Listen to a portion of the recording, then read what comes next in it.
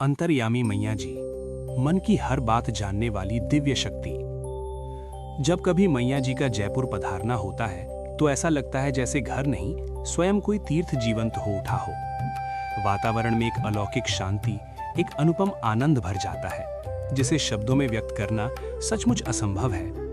उस दिव्यता को यदि कहीं महसूस किया जा सकता है तो वो केवल भक्त कवि ब्रह्मानंद के इस भजन में। आज सखी सद्गुरु घर आए, मेरे मन आनंद भयोरी, दर्शन से सब पाप विनसै, दुख दरिद्र सब दूर गयोरी। इन पंक्तियों में जो भाव है वही उस क्षण का सजीव चित्र बन जाता है जब मैया जी अपने भक्तों के बीच विराजमान होती हैं।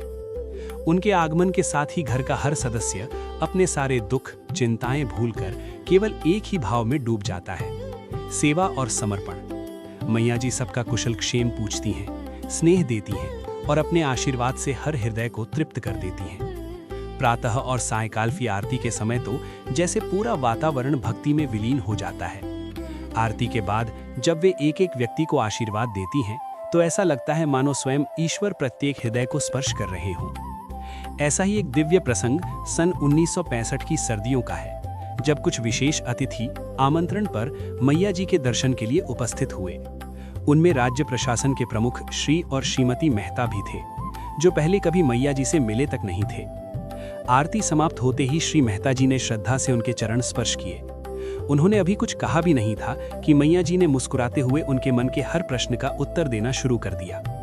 उन्होंने अत्यंत सहज भाव से कहा कि अब आपका यहाँ से सेवा निवृत्त होने का समय आ रहा है, लेकिन देवी आपको पुनः सेवा का अवसर देंगी, दिल्ली में और फिर राजस्थान में एक उच्च पद पर।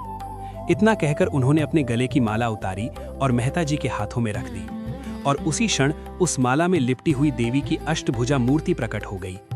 सिर्फ 2 मिनट और जीवन भर के लिए एक अविस्मरणीय अनुभव।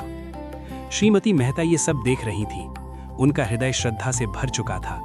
उन्होंने सरलता से कहा, मुझे तो मेरे इष्ट देव के दर्शन हों तभी पूर्णता मिलेगी। मैया जी मुस्कुराईं और फिर जो हुआ वो केवल एक चमत्कार नहीं, एक दिव्य अनुभूति थी।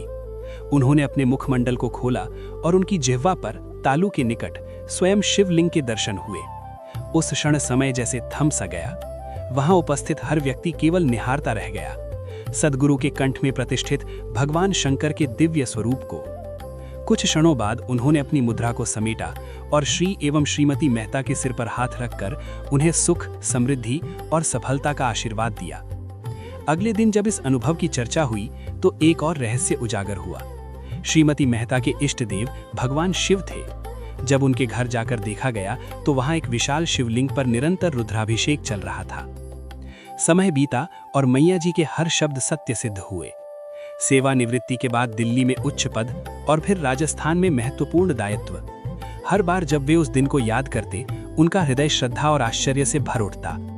मैया जी केवल एक संत नहीं है, वे अंतर्यामी हैं, ईश्वर स्वरूप हैं, जो बिना कहे मन को पढ़ लेते हैं और बिना मांगे कृपा बरसा देते हैं।